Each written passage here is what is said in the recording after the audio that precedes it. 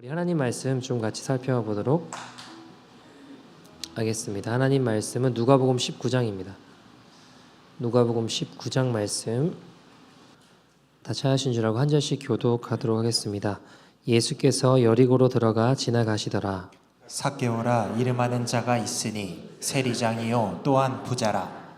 그가 예수께서 어떠한 사람인가 하여 보고자 하되 키가 작고 사람이 많아 할 수 없어 앞으로 달려가서 보기 위하여 돌 무화과 나무에 올라가니 이는 예수께서 그리로 지나가시기에 되밀어라. 예수께서 그곳에 이르사 쳐다보시고 이르시되 삭개오야 속히 내려오라 내가 오늘 내 집에 유하여야 하겠다 하시니 급히 내려와 즐거워하며 영접하거늘 무 사람이 보고 수군거려 이르되 저가 죄인의 집에 유하려 들어갔도다 하더라.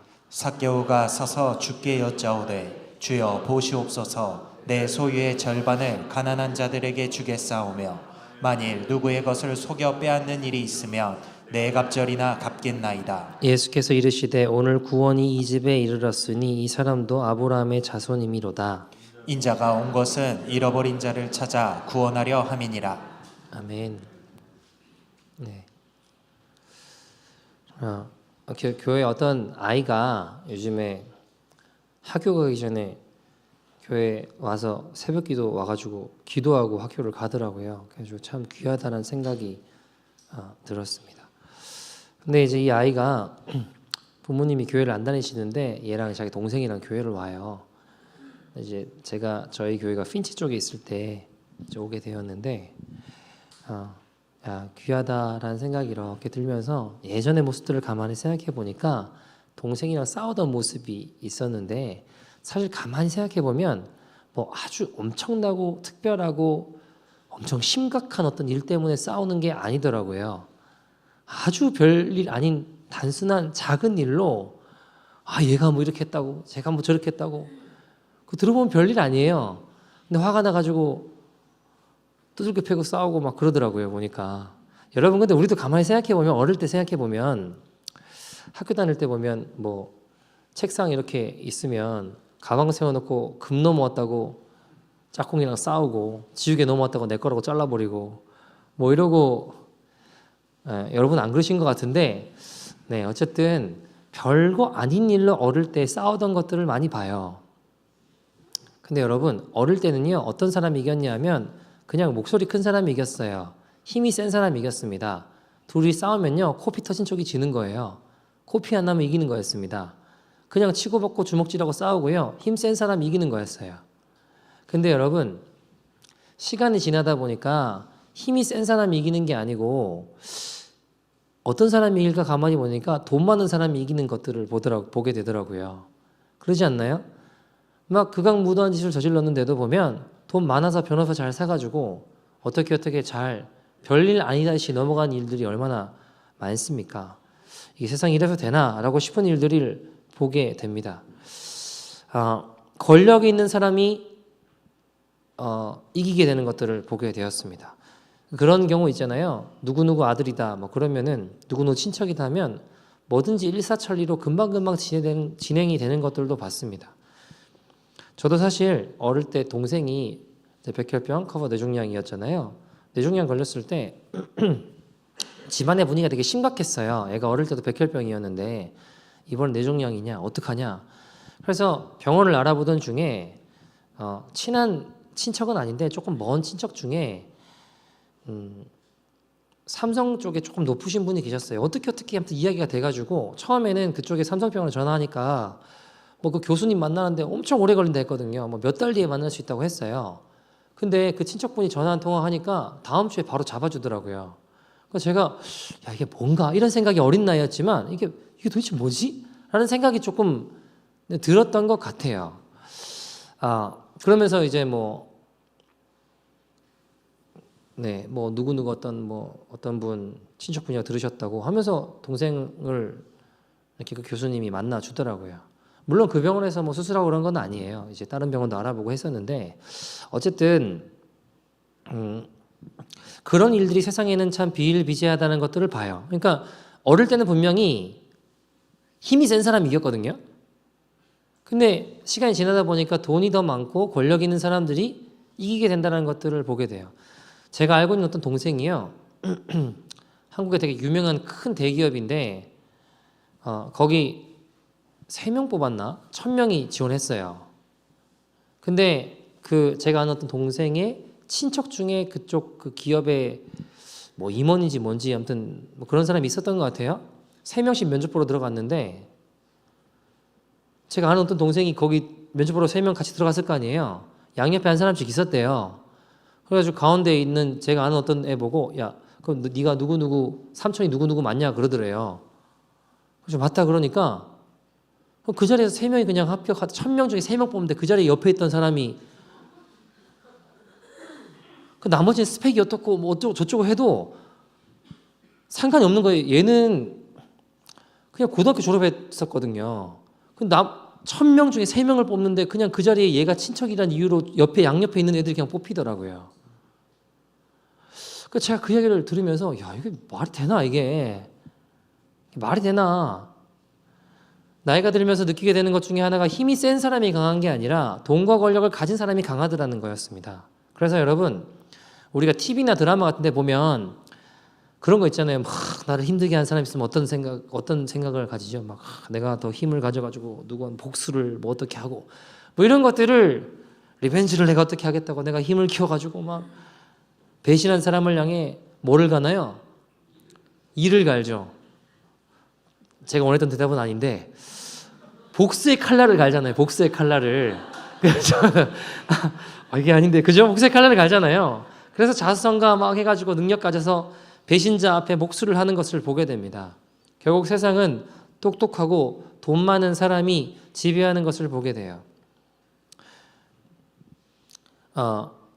그래서 우리도 어때요? 똑같이 어릴 때는 어때요? 막 운동을 하잖아요. 힘이 센 사람이 이기니까. 운동을 해서 힘을 키우죠. 다른 사람보다 강해지려고 합니다. 나이가 점점 들면 들수록 돈을 많이 벌거나 공부를 열심히 해서 지위를 획득하려고 하죠. 뭐 선한 의도로 돈을 벌고 지위를 가진 사람들도 있겠지만 제가 보니까 오히려 남들을 짓밟고 일어서서 내가 강하다는 것을 드러내려고 하는 경우들이 더 많더라고요. 그리고 내가 누군가를 짓밟고 눌러서 내가 이런 사람이다 하는 데서 만족감을 느끼는 내가 힘들게 간 칼날로 내가 강하다는 것을 나타내고 싶어하는 그런 일들도 참 많더라고요. 근데 안타까운 건 뭐냐면 여러분 이런 세상적인 원리와 세상적인 이 칼의 원리가 세상은 그렇다 치고 교회 안으로도 뭔가 들어와 있는 것을 보게 됩니다. 여러분 복음에 물을 타가지고 복음을 희석시키는 거예요. 피 묻은 그리스도의 십자가에 아주 불띠붉은 그 복음이 아니라 뭔가 옅어져서 이게 복음인지 이게 교회인지 세상인지 구별할 수 없는 곳이 되어 가더라는 겁니다. 복음이 작동하고 복음으로 살고 복음으로 죽고 이게 아니에요. 교회가 아니게 됩니다. 그러니까 나는 죽고 예수님으로 사는 게 아니라 어때요? 내 혈기대로 살아갑니다. 성경을 수십 번 읽고 성경을 줄줄줄 외운다고 해도 복음이 내 삶에 어떤 영향도 미치지 못하는 삶을 살게 되더라는 겁니다. 교회가 모든 교회가 다 그런 건 아니겠지만 교회에서 누가 주요 요직에 앉나요? 여러분 저희 교회는 뭐 집사, 권사, 장로 이런 게 없으니까 뭐 좀 다를 수 있겠지만 교회에서 보통 장로를 뽑을 때 가만히 보세요. 누구를 뽑나 보면 제가 실제로 알고 있는 어떤 교회도요. 제가 어릴 때 제 친구 집에 놀러 갔는데 제 친구 아빠한테 그런 이야기를 했어요. 아빠는 왜 장로님 안 돼? 왜 장로님 안 되는 거야? 막 물어봤거든요. 근데 제 친구 아버지가 뭐라고 했냐면 야 돈이 없어서 못한다고 돈 많아야 장로한다고. 제가 무슨 말인지 이해가 안 되는 거 어린 나이에 도대체 이게 무슨 말일까? 그게 무슨 말이 돈이랑 장로님 되는 거랑 무슨 상관? 이해가 안 되는 거예요. 근데 알고 보니까요 그 교회는 장로님 되면 헌금액이 정해져 있어요. 그 당시에 500만 원인가 아무튼 헌금액이 장로님 되면 그러니까 오피셜하게 어디 나와 있진 않아요. 근데 되면 이미 그 헌금을 강요받고 그 헌금액이 정해져 있더라고요. 지금은 뭐 잘 모르겠어요. 지금은 금액이 더 커지면 커지 적어지지는 않았을 것 같아요. 여러분 교회에서 요직에 누가 앉는지 가만히 보면 교회에서 헌금을 많이 하는 사람, 교회에서 꽤나 큰 소리 치는 사람들이 교회에 요직에 앉는 것을 봐요. 돈과 권력이 그 강함의 척도가 되는 세상의 논리가 교회 안에 똑같이 들어와서 똑같이 영향을 행사하더라고요. 그러니까 교회를 다니면서도 영혼이 죽는 거예요. 영혼이 잠식되는 겁니다. 왜 그럴까요, 여러분? 예수를 믿는다고 말하지만 여전히 칼의 논리로 세상을 살고 있기 때문입니다. 여러분, 그래서 교회에서도 더 큰 권력을 갖기를 원하고 더 많은 돈을 벌기를 원하죠. 그래야 강해지니까, 강한 자만 살아남으니까 정말 그래야지 살아남을까요? 여러분, 예수를 믿는 사람들도 이 땅을 살아갈 때 똑같이 세상이 말하고 있는 칼의 논리로 살아가는 것이 크리스천일까요? 어떻게 생각하세요? 그러니까 영혼이 자꾸 잠식당하는, 교회를 다니면서도 영혼이 잠식당하게 되는, 어둠으로 끌려가고 죄악으로 끌려가고 사단에게 끌려가는 일들이 벌어지더라는 거예요. 여러분, 오늘 본문에도 이 세상의 칼의 논리와 똑같이 생각한 사람이 나옵니다. 누군가요? 삭개오였습니다. 여러분, 성경에서 그를 표현할 때 3절 말씀 보시면 뭐라고 표현하나요? 그가 예수께서 어떠한 사람인가 보고자 하되 어떻대요? 키가 작고 사람이 많아 할 수 없었대요. 키가 작았대요. 근데 여러분, 이 누가복음 19장이잖아요. 루크. 이거 쓴 사람이 누구예요? 너무 어려운 질문인가요? 누가복음 누가 썼을까요? 누가가 썼어요. 루크가 썼습니다. 루크의 직업이 뭔지 아세요? 의사였습니다. 의사였던 그가 키가 작다라는 표현을 썼다라는 건 비정상적으로 작다라는 거예요. 우리가 생각하는 조금 작네, 나보다 조금 작네 이런 게 아니라 의사였던 그가 바라봤을 때도 비정상적으로 작은 수준이었다는 거예요. 여러분, 그리고 그를 표현할 때 그의 직업이 뭐라고 하죠? 세리 텍스 컬렉터라고 성경이 이야기를 해요. 그러면 여러분, 그의 삶이 어땠을까요? 그의 삶이 어땠을까요? 어릴 때 마을에 나갔어요. 동네에 서린이 할인이 말할 때 막 가서 그냥 막 노는데 친구들이 와서 막 놀리는 거예요. 너 왜 키가 작냐고. 키 작은 삭개오다. 바보 등신 취급합니다. 때리고 무시를 합니다. 그러니까 삭개오 입장에서 어릴 시절에 그렇게 무시당하고 놀림받는 인생이었습니다. 쉽게 말하면 왕따였어요. 왕따. 그러니까 삭개오는 생각하죠. 어떤 생각이 들까요? 아무도 나를 무시하지 못하게 내가 만들겠다. 아무도 나를 무시하지 못하는 사람이 되겠다. 복수의 칼날을 갈아요. 그가 선택하는 방법은 뭘까요? 내가 돈을 많이 벌어야겠다. 저들이 나를 무시하지 못하는 권력을 가져야겠다. 그가 그래서 결국 텍스 컬렉터가 돼서 뭘 하나요? 그때 어릴 때 힘들게 했던 애들 세금 막 텍스 3배, 4배씩 내라는 거예요. 여러분, 뒤에 나오지만 내가 부당하게 했는 것을 3배, 4배 갚겠다고 하는 건 그런 일들이 있었기 때문에 하는 거예요. 그러니까 너 어릴 때나 힘들겠지. 너 세금 3배 내. 근데 그에게 텍스 컬렉터라는 권력이 있었기 때문에 아무 소리 하지 못하고 뒤에서 욕만 하지 이제는 뭐라고 할 수 없는 거예요. 처음에 삭개오 마음이 어땠을까요? 좀 뿌듯했겠죠. 이놈들 어릴 때 나를 힘들게 하더니 내가 이제 권력과 힘을 갖고 돈을 가지게 되니까 나를 무시하지 못하네. 그런 생각이 들었을 것 같아요. 근데 여러분, 돈을 엄청나게 뜯고 어릴 때 괴롭혔던 사람 열심히 세금을 더 걷었죠. 여러분, 삭개오는 뒤에 나는 로마가 있다라고 생각했겠죠. 그러니까 아무도 그를 건드릴 수 없었습니다. 처음엔 기분이 좋았을지 모르겠습니다. 근데 여러분, 잠시 잠깐 그랬겠지만 처음에는 뭔가 쾌감이 있었지만 그 쾌감은 오래가지 못했어요. 시간이 흐를수록 그를 더 깊은 고독으로 끌고 갔습니다. 내가 더 많이 가지고 더 높은 지위를 가지면, 나를 힘들게 한 사람들 내가 복수하면 가장 강한 사람이 돼서 사람들 앞에 군림하고 내가 행복해질 거라고 생각했지만 그렇지 않은 겁니다. 그래서 여러분, 더 착취하고 더 괴롭히고 더 사람들이 힘들게 했어요. 그래야 내가 더 강한 사람이 될 거야. 그렇게 생각했으니까요. 근데 그의 마음이 더 공허해지기 시작하는 거예요. 여러분, 이렇게 생각하며 살아왔던 삭개오를 무너뜨린 게 뭔지 아세요? 더 큰 권력이었을까요? 돈이 더 많은 사람이 그를 무너뜨렸을까요? 더 큰 권력자가 나타나서 그를 무릎 꿇게 했기 때문에 그가 무너진 걸까요? 그가 바뀐 걸까요? 그를 무너뜨린 건 더 큰 권력이나 돈, 더 많은 돈이 아니었어요. 바로 십자가였습니다. 예수 그리스도의 십자가가 그를 무너뜨리더라고요.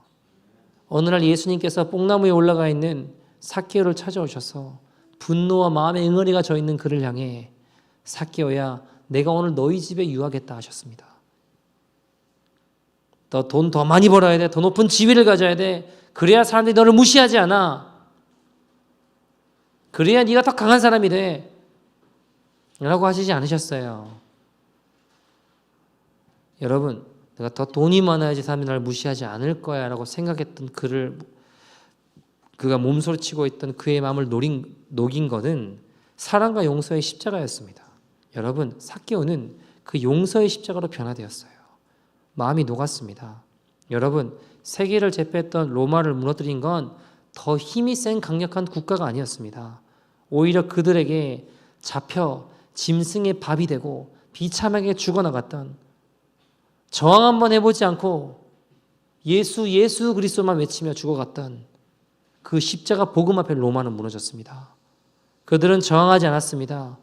무슨 알아들을 수 없는 예수 그리스도의 십자가 사랑을 외치며 죽어갔습니다.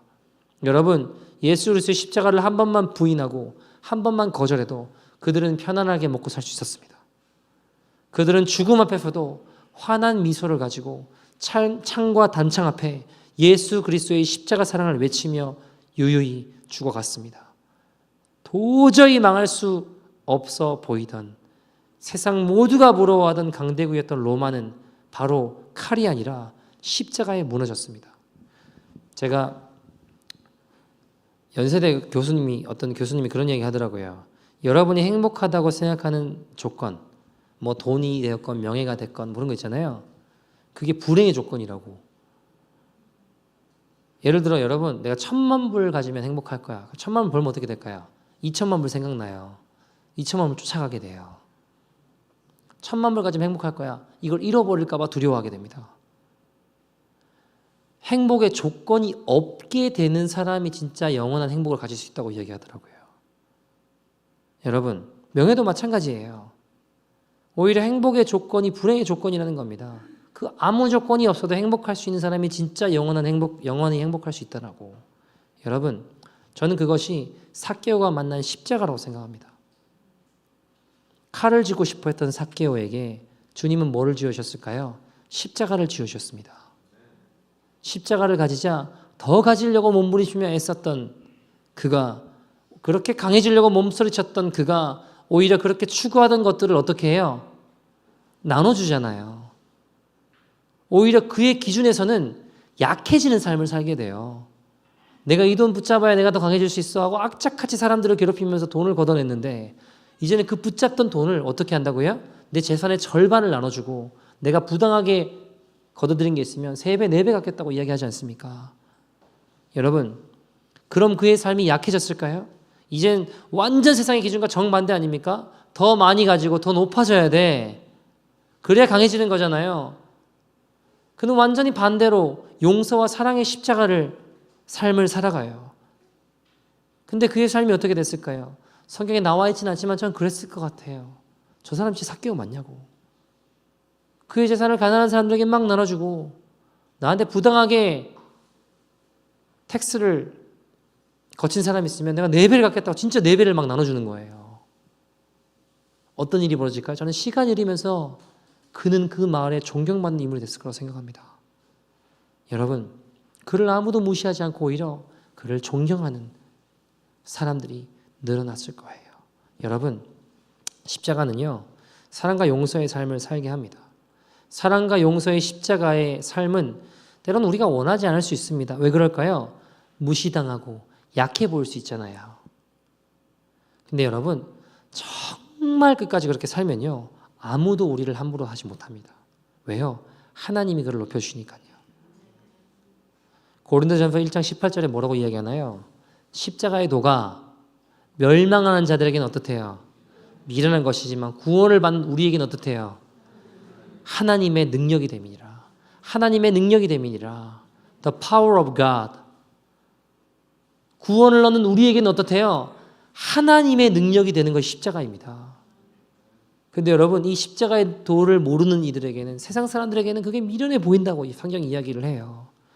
우리가 삭개오처럼 용서와 사랑의 십자가를 붙잡고 걸어가게 되잖아요. 세상의 십자가의 능력을 모르는 사람들에게는 뭐라고요? 미련해 보이는 삶이 될 겁니다. 그러나 십자가의 도를 아는 우리에게는 하나님의 능력이 되는 것을 결국에는 알게 되고 보게 될 것입니다.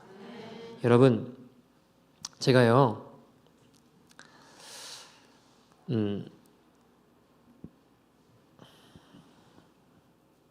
제가 대학을 졸업하고 어떤 막 선교사님들 이야기를 들었어요. 저는 어떤 게 있냐면 막 그런 하나님의 사람 막 사도행전에서 막 튀어나온 것 같은 막 기적이 일어나고 아무튼 뭐 그런 이야기를 들으면 만나보고 싶어요. 그래서 내가 확인해보고 싶고 그래서 이제 그런 이야기들을 듣고 그 선교사님 내가 만나봐야겠다 해서 막 찾아다녀보고 했었거든요. 근데 막상 만나보면 대부분은 과장이 많아요. 대부분은 들은 이야기랑 실제랑 다른 그분들이 다 이상하다는 게 아니라 이게 조금 마음이 어려울 때가 많았는데 진짜인 분들이 있었거든요. 진짜인 분들이. 근데 제가 뭐 그렇게 좀 선교사님 찾아다니다 중에 어떤 도시에 갔는데 그 도시에 이제 언제까지 머물기로 하고 있었는데 제가 그 도시에 술 클럽 같은 데를 갔어요. 그래서 며칠까지 머물 텐데 여기 들어 복음을 좀 전해야겠다 생각이 들어서 거기 들어가서 돈을 내고 들어가서 뭐 했냐면 문 닫을 때 새벽 3시인가 문 닫을 쯤 가가지고 청소를 했어요. 그래서 거기 막 일하는 분들, 몸 파는 분들 여러 사람들이 있는데 막 처음에는 뭐 하지 말라 그러다가 내가 계속 가서 하니까 나중에는 오면은 이렇게 청소 도구 어디 있다고 알려주더라고요. 돈 내고 들어가서 열심히 청소를 했어요. 왜냐하면 그 친구들한테 복음을 그 일하는 친구들한테 복음을 좀 전하고 싶었어요. 그 동네 가장 낮은 사람들 거기에 술과 웃음을 파는 직원일 것 같았습니다. 그래서 열심히 청소를 했어요. 처음에는 막 화를 냈지만 뭐 술맛 떨어지게 손님들이 처음에 화냈어요. 술맛 떨어지게 돈 내고 들어와서 뭐 하는 짓이냐고. 근데 나중에는 이제 그 친구들에게 복음을 전하고 그 낮은 자리에 제가 함께 계속 머물러 보려고 하니까 마음을 열더라고요. 모든 사람이 예수를 받아들이지 않았습니다. 근데 무시하던 그 손님들도 다르게 보기 시작하고 내가 크리스천이고 난 예수 믿는 사람이다. 그러니까 뭐 다른 거 뭐 어쩌고저쩌고 해도 그냥 괜찮다고 하고 계속 청소했어요. 그러니까 그 친구들하고 일하는 친구들하고 끝나고 이제 배고파 하길래 가서 밥도 뭐 이렇게 먹고 했는데 몇몇 사람들은 충격을 받고 수단이 아니라 인격으로 대했을 때 그들의 마음이 열려 복음이 들어가는 것들을 봤어요. 근데 만약에 여러분 제가 똑같이 세상의 논리로 칼의 논리로 하면 가서 뭐 돈 쓰고 그냥 뭐 어떻게 해가지고 복음 전하면 잘 안 됐을 것 같아요. 제 생각에는. 똑같이 세상 사람들의 힘의 논리에 의해서 제가 어떻게 해보려고 했으면 여러분 아시겠지만 아프리카에서 선교지나 이런 데 가서 제일 쉬운 것 중에 하나가 뭐냐면 그냥 건물 져주고 빵 공장 져주고 직원들 일 시켜주고 교회 불러 모아서 하면 금방 교회 부흥시킬 수 있어요. 근데 문제가 뭔지 아세요? 그리스도의 성육신이 이루어지지 않기 때문에 진짜 복음이 안 들어가요. 사탕 주고 빵 주면요 뭐 수백 명 수천 명도 모을 수 있어요. 근데 문제가 뭔지 아세요? 한 사람도 거듭나지 않아요. 십자가를 만나는 사람이 없다고요. 그러니까 진짜 복음을 전하려면요 이게 힘들 수는 있지만 그 자리로 내려가야 돼. 그 자리 같이 가야 되더라고요. 그러니까 사랑과 용서의 십자가 자리로 나가지 않으면요 이게 복음이 진짜 잘 안 들어가더라고요. 세상 논리를 그대로 가져와서 선교를 하면요 사람은 많이 모으지만 한 영혼도 거듭나지 못하게 될 수 있더라고요. 여러분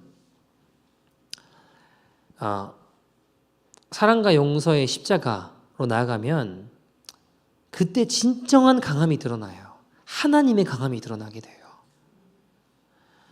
여러분 우리가 십자가를 만난 사람이라면 좀 그 예수님 걸어가시는 길을 따라가는 사람이잖아요. 때론 화가 나도 좀 져줄 수 있었으면 좋겠어요. 우리 원하지 않을 수 있죠. 근데 좀 져주고 살았으면 좋겠어요.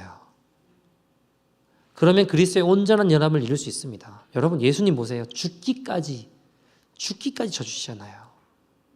갈라디아서 5장 13절 말씀 보시면 성경이 이렇게 이야기를 해요. 같이 읽어볼까요? 시작. 형제들아 너희가 자유를 위하여 부르심을 입었으나 그러나 그 자유로 육체의 기회를 삼지 말고 오직 사랑으로 서로 종노릇하라. 자, 자유로 육체의 기회로 삼지 말고 오직 뭐로요? 사랑으로 서로 종노릇하라라고 이야기합니다. 사랑으로 서로 종노릇하라. 제가 어릴 때 이제 크다가 저는 대학을 가면서 이제 윗동네로 저는 고향이 원래 대구거든요. 대학을 가면서 올라왔어요, 저는. 근데 이제 대구에 어머니, 아버지, 여동생이 살다 보니까 종종 뭐 어머니나 아버지나 여동생이랑 통화를 하면 여동생이 딱 억울함을 막 이제 표현할 때가 있어요. 제가 그거 듣다가 근데 그 이렇게 하면 되는 거 아니야? 저렇게 되는 거 하면 얘는 막 오빠는 내 마음을 모른다고 그러면서 막 짜증을 내고 화를 내고 막 그럴 때가 있었어요. 여러분, 근데 가정이 화목하려면 서로 십자가라 생각하고 조금씩 져주면 돼요. 근데 그게 참 어려운가 봐요. 그러니까 이게 살아온 환경이 다른 부분도 있고 성격이 다른 부분도 있고 특징도 있을 거 아니에요. 아버지는 어릴 때 워낙 못 드셔서 먹는 거는 되게 빚을 내서라도 먹는 거는 잘 하시려고 하시는 분이세요. 손이 크세요. 뭐 과일 사온다 하면 막 박스채로 사오는데 집에 먹을 사람이 없으니까 어머니는 그게 나중에 또 썩으면 아버지는 또 화를 내시고 어머니는 그럼 조금만 사오면 되는 거 아니냐라고 하는데 아버지는 계속 박스채로 사오시고 뭐 이런 거예요. 쉽게 예를 들면 뭐 어머니는 사시면 조금만 사셔서 먹을 만큼만 사시는데 아버지는 박스채로 사오시고 이제 이런 뭐 별일 큰 일은 아닌데 아무튼 그런 걸로 이제 왜 그러냐 뭐 이런 일들이 있죠. 한 번은 어머니 그러니까 아버지한테 중요한 건 뭐 기념일 이런 게 별로 중요하지 않으세요. 한 번 어머니 생신이었는데 여동생이 아버지한테 이야기를 했죠. 아버지 오늘은 꼭 일찍 들어오셔야 된다. 몇 시까지 꼭 들어오셔야 된다. 그래서 뭐 케이크랑 뭐 준비해서 이렇게 하겠다 하는데 아버지가 알겠다고 하고 나갔는데 뭐 예를 들어 7시까지 들어오기로 했다면 7시에 전혀 연락이 안 되는 거죠. 전화를 걸어도 연락이 안 되고 안 오시는 거죠. 그리고 뭐 밤 10시 들어오시는 거예요. 그냥 막 이제 동생이 막 아버지 왜 그러시냐고 막 이제 화를 내면 남자들은 또 이상한 그런 심리 있잖아요. 괜히 지기 싫어하는 내가 잘못했지만 지기 싫어하는 참 쓸데없는 건데 뭐 저도 그런 게 있겠죠. 그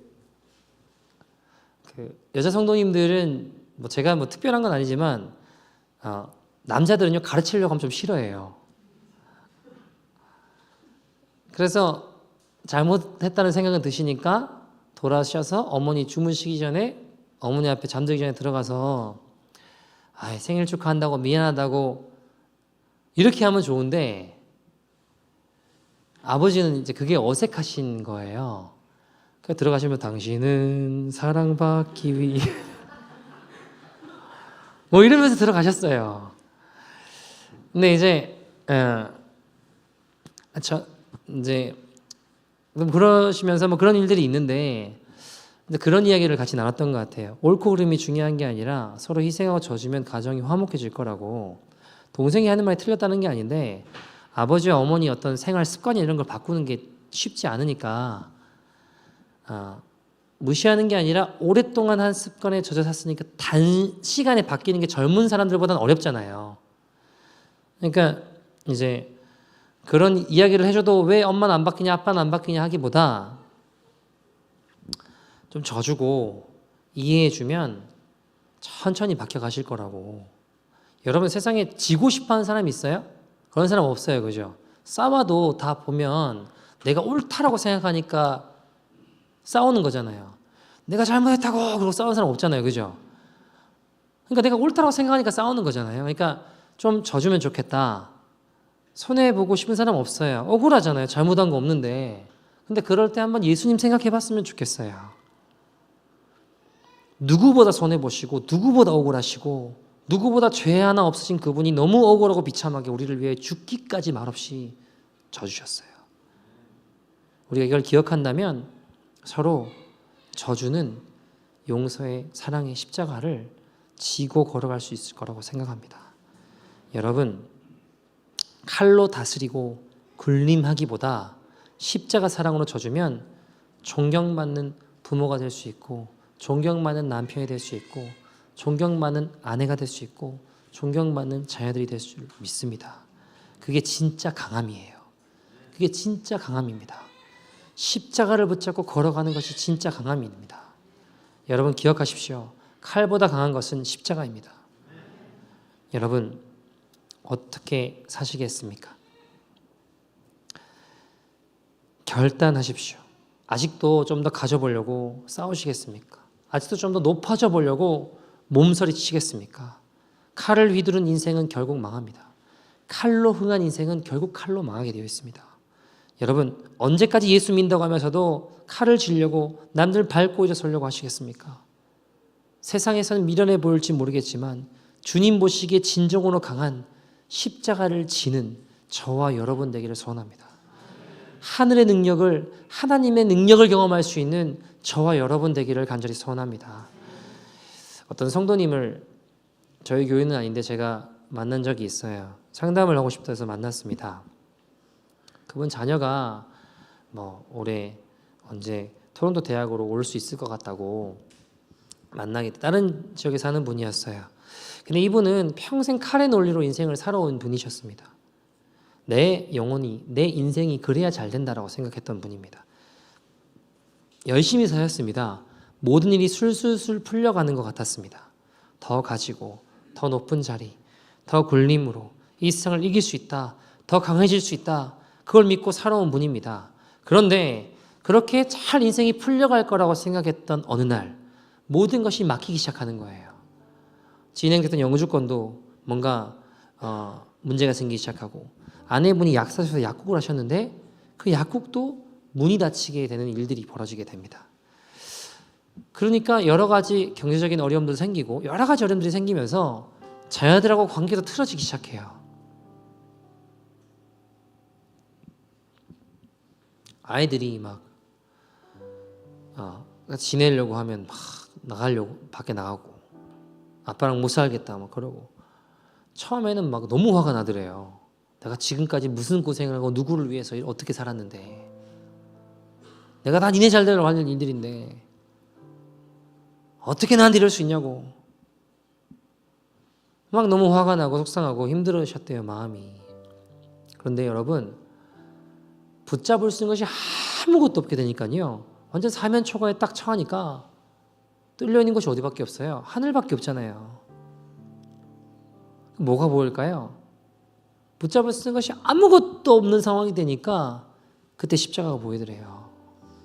내가 붙잡을 수 있는 것이 내가 그동안 이게 힘이다 내가 이것이 능력이다 생각했던 모든 것이 다 한순간에 무너지니까요 그게 진짜 내 인생의 힘이 아니었구나라는 걸 깨닫게 되면서 내가 지금까지 칼의 원리를 붙잡고 살았구나. 이렇게 살아서는 내가 안 되는 거구나.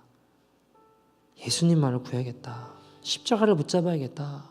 그게 깨달아지더랍니다. 그래서 이분이 그때부터 인생이 바뀌기 시작해요. 지금 여러 가지 어려운 일들이 다 해결되진 않았습니다. 근데 주님으로 만족하고 주님으로 기뻐하기 시작하는 거예요. 여러분 행복의 조건이 있어서 행복할 거라고 생각하면 그게 불행의 조건이 된다고 했잖아요. 어떤 교수님이. 근데 그 조건이 없어도 조건 때문이 아니라 내가 행복할 수 있으면 영원한 행복을 쫓을 수 있다고 했잖아요. 마찬가지더라고요. 내가 예수 그리스도로 말미암아 기뻐하면 내가 행복하다고 하는 조건들이 없어도 칼의 원리와 논리로 이것이 있어야 내가 힘을 가지고 내가 더 강하고 내가 더 행복할 수 있다고 생각했는데 그것이 막 무너져서 보니까 그거 붙잡아서 내가 행복할 수 있는 것이 아니구나라는 걸 깨닫게 되니까 이분이 예수님으로 기뻐하더라고요. 아무것도 해결되지 않고 여전히 힘든데 내 안에 내면은 강해지는 거예요. 영원한 강한 붙들고 한 걸음 한 걸음 기도하며 걸어가시는 분을 보았습니다. 그러면서 이분이 상담 쪽에 공부를 다시 하시게 됐는데, 방황하는 아이들이나 어려운 가정을 보니까, 내가 그런 일들을 경험해 보니까 철저하게 내가 잘할 수 있다는 것들이 무너지게 되니까 십자가만 보이더랍니다. 십자가만 붙잡게 되었습니다. 이 땅의 원리들을 내려놓고 하나님의 원리 십자가를 붙들고 살게 되었습니다. 제가 대화를 나누는데 그 안에 은혜가 흘러가더라고요. 여러분, 얘기들 말씀을 좀 마치려고 하는데요. 이번에 박범 목사님 모셔서 대화를 나누던 중에, 목사님 어떤 성도가 가장 기억에 남으세요? 하니까 제가 알고 있는 어떤 성도님, 제가 잘 아는 성도님이에요. 그분 이야기를 이렇게 하시더라고요. 근데 그분은요, 처음에 마가의 다락방 이렇게 오셨는데 남편분을 모셔오셨어요. 그 남편분이 얼굴을 딱 봤는데 얼굴이 마귀예요, 보니까 이게. 근데 남편분이 막 또 난동을 부리시더라고요. 이게 오전 집회가 끝나고 목사님이 상담하시다가 조금 잠깐 쉬러 들어가셨어요. 저녁 집회 전에 시간이었어요. 근데 이 아내분이 멀리서 오셨거든요. 어떻게 왔는데 집회도 끝났고 상담도 끝났어요. 지금 쉬러 들어가신 상황에 오신 거예요. 남편분을 기도받게 하겠다고 왔는데, 문제는 지금 이제 만나실 수가 없으니까 남편분이 막 난동을 부리시면서 아내분을 막 두들겨 패려고 하는 거예요.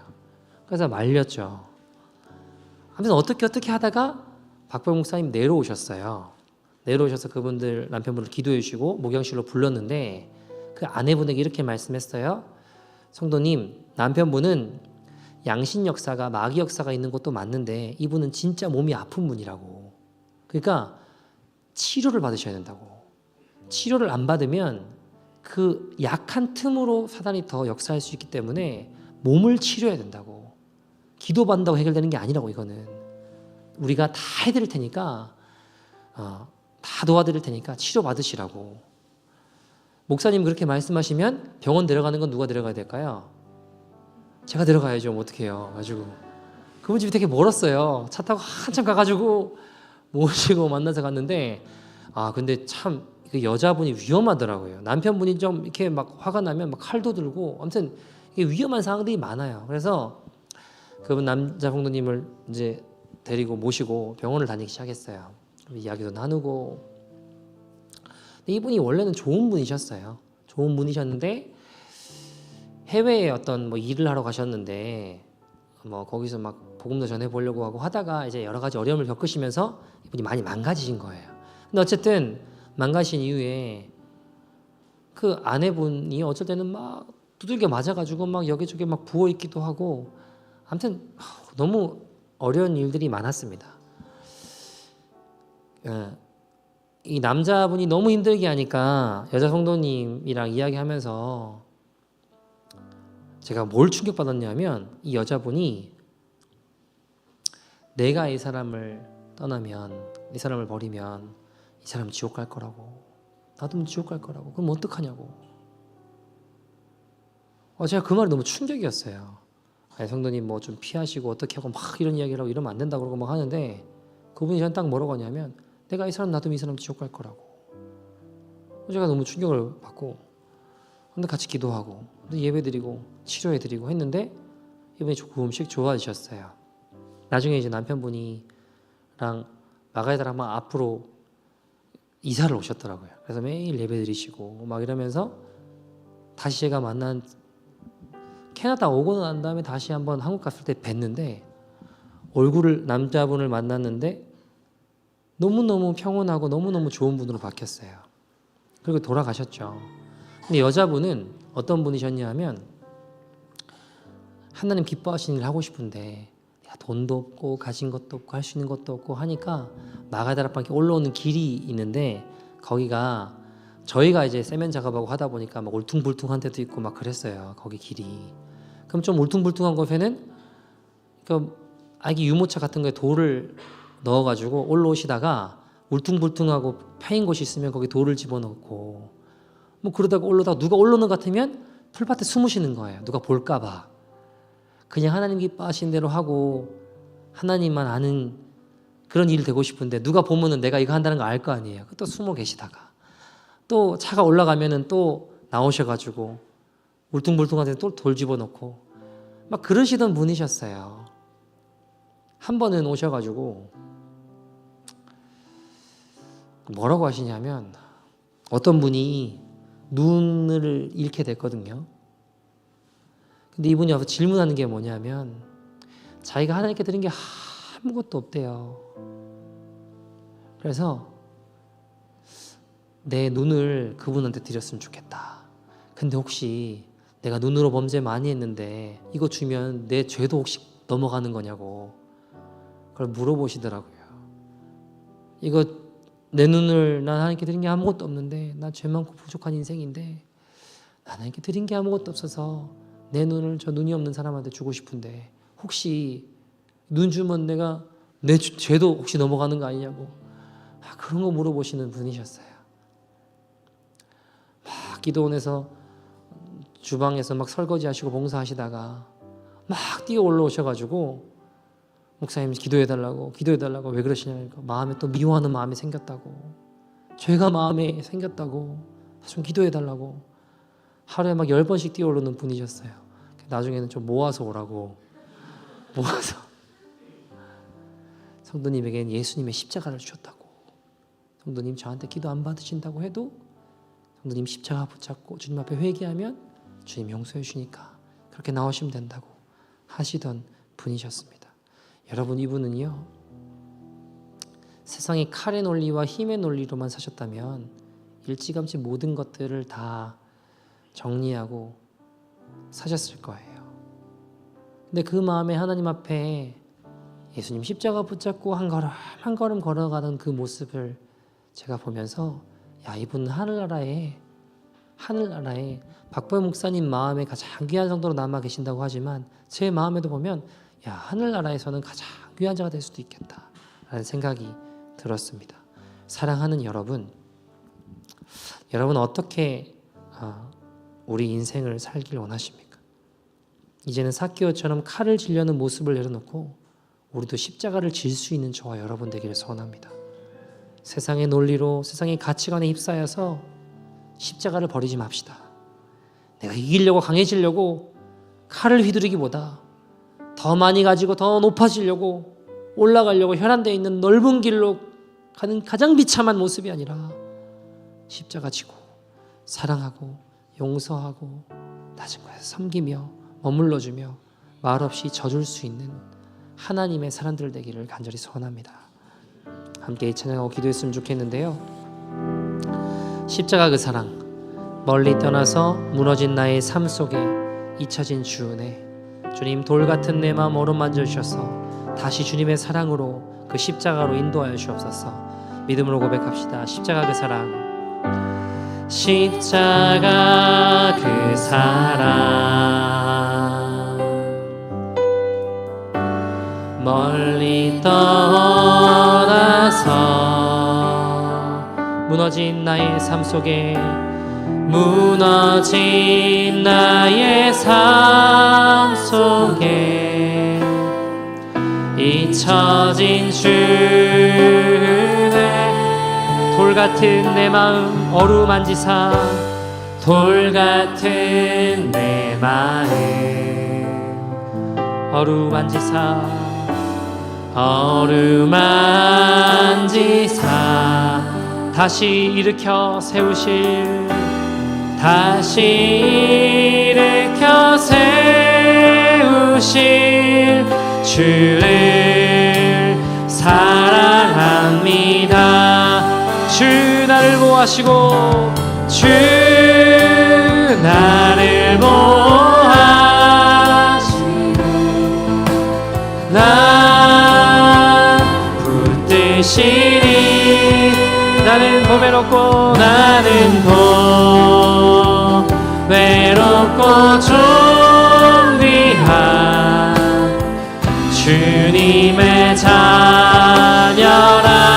주 너를 보하시고 주 너를 보하시고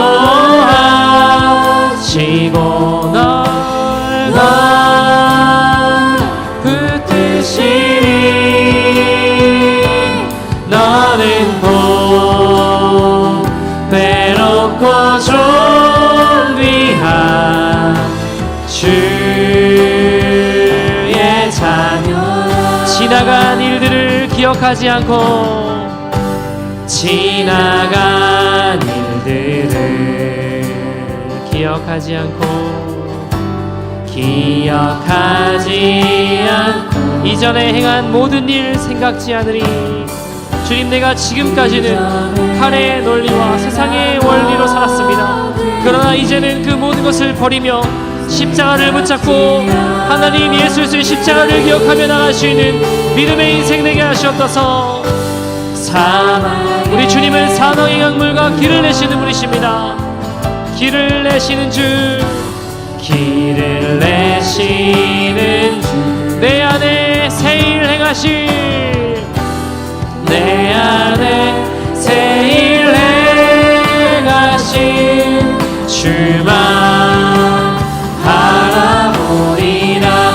주 나를 보호하시고 주 나를 보호하시고 날 붙드시니 날 붙드시니 나는 보배롭고 하나님 십자가를 붙잡고 걸어가는 믿음의 인생들 가운데 주님 자녀의 권세를 십자가의 능력을 오늘 이 시간 우리 가운데 풀어주시고 역사하시옵소서. 주 너를 보호하시고 주 너를 보호하시고 날 붙드시니 너는 외롭고 존귀한 주의 자녀, 주 나를 보호하시고 주 나를 보호하시고 날 붙드시니 날 붙드시니 나는 보배롭고 나는 보배롭고 존귀한 주님의 자녀라. 주 너를 보호하시고 주 너를 보호하시고 날 붙드시니 너는 외롭고 존귀한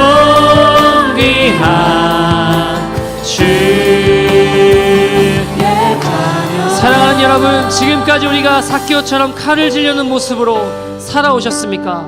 오늘 이 시간 그 모습을 내려놓고 십자가를 붙잡을 수 있는 믿음의 인생 되게 하시옵소서. 주님, 삭개오에게 허락하신 건 더 움켜쥐려는 그대의 돈과 명예와 상처 입은 심령이 아니라 십자가를 내오셨을 때, 그가 십자가를 붙잡았을 때 그의 인생은 완전히 변화되었습니다. 하나님, 세상의 논리로 세상의 가치관을 입사여 십자가를 저버리지 않게 하여 주옵소서. 내가 이기려고 강해지려는 칼을 휘두르기보다 더 많이 가지려고 더 높아 올라가려고 혈안되어 있는 넓은 길 가는 가장 비참한 모습이 아니라 십자가를 지고 사랑하고 용서하며 낮은 곳에 같이 머물러 줄 수 있는 말없이 져주는 하나님의 사람들 될 수 있도록 인도하여 주시옵소서. 십자가의 사람 되게 하여 주시옵소서. 주님, 우리 그런 삶의 인생 가운데 하나님의 능력을 경험하는 믿음의 인생 되게 하여 주시옵소서. 우리 같이 주의 이름 세워 부르고 통성으로 기도하겠습니다. 주여.